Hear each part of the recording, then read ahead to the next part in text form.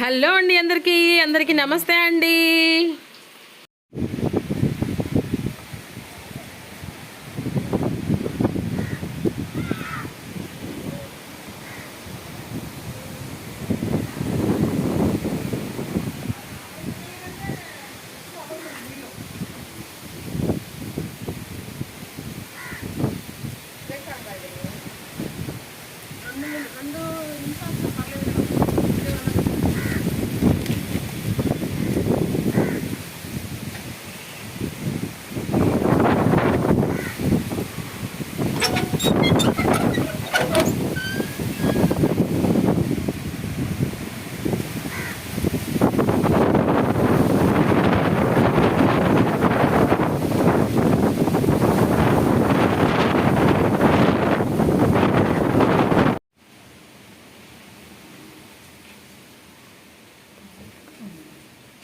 Hello అండి, అందరికీ నమస్తే అండి.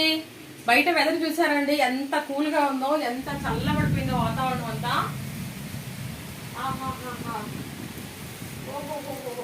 ఇప్పుడైతే ఈ చల్లటి వెదర్ లో మనం వేడి వేడి పాప్కార్న్ వేసుకుందామండి. పాప్కార్న్ చేసుకుందాము. బాండీలో ఆయిల్ వేసాను, కొంచెం పసుపు వేద్దాము. అలాగే కొంచెం ఉప్పు వేసుకుందాము.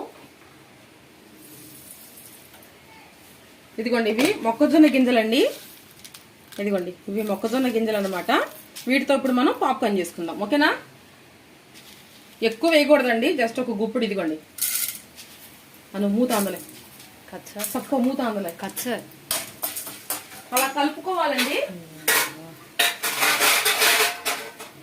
అలా కలుపుకొని చక్కగా ఇలా కలిపేసేసుకొని మనం మూత పెట్టేసుకోవాలండి. లేకపోతే మనకి ఇవి పేలుతాయి కదా. మన వేడి వేడి పాప్కార్న్ రెడీ అయిపోతుందండి. Wait and see. ఆ సౌండ్ వింటున్నారా అండి?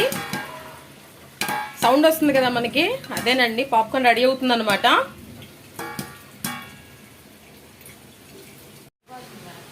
చూసారండి అసలు ఎలా వేస్తుందో గాలి. అయ్యో బాబా. హలో, నేను ఎగిరిపోతున్నాను.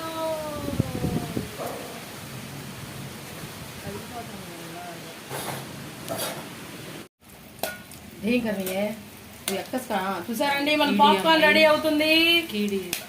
ఏ పాప్కార్న్ రెడీ.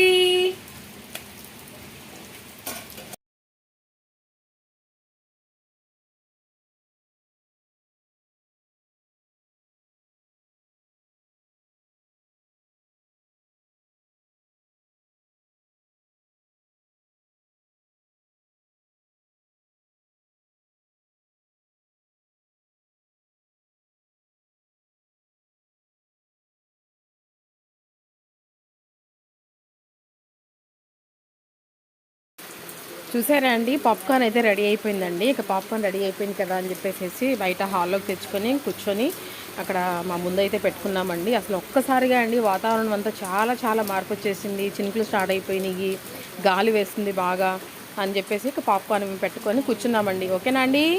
చినుకులు స్టార్ట్ అయిపోయినాయి అండి, చినుకులు పడుతున్నాయి.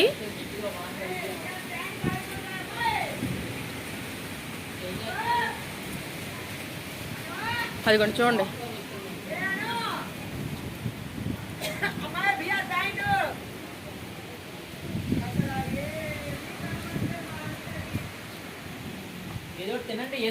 మా అను మాత్రం వేపిన పాప్కార్న్లన్నీ చక్కగా తింటా కూర్చుందండి. మెంతావకాయ దోసకాయ చేసింది, అది ఏమైనా పంపించిద్దేమో. ఇదిగోండి, టీ కూడా పెట్టుకున్నాము వేడివేడిగా చక్కగా. మా అను వెయిట్ చేస్తుంది టీ తాగుతాకి. బయట వర్షం పడుతుందండి, చూసారా, కనపడుతుందా?